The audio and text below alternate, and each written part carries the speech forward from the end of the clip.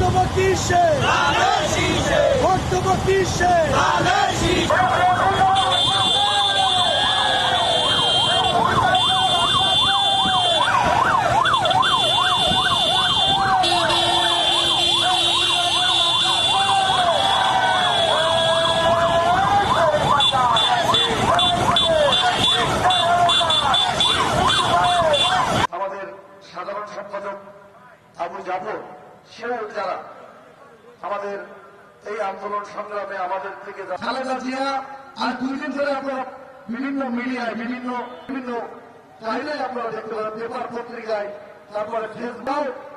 এখন আমরা খালেদা জিয়ার জন্য দোয়া করব এবং আমরাও যারা এই দুনিয়ায় বেঁচে আছেন, অসুস্থ অবস্থায় আছেন, আমরা ত্যাগ করব।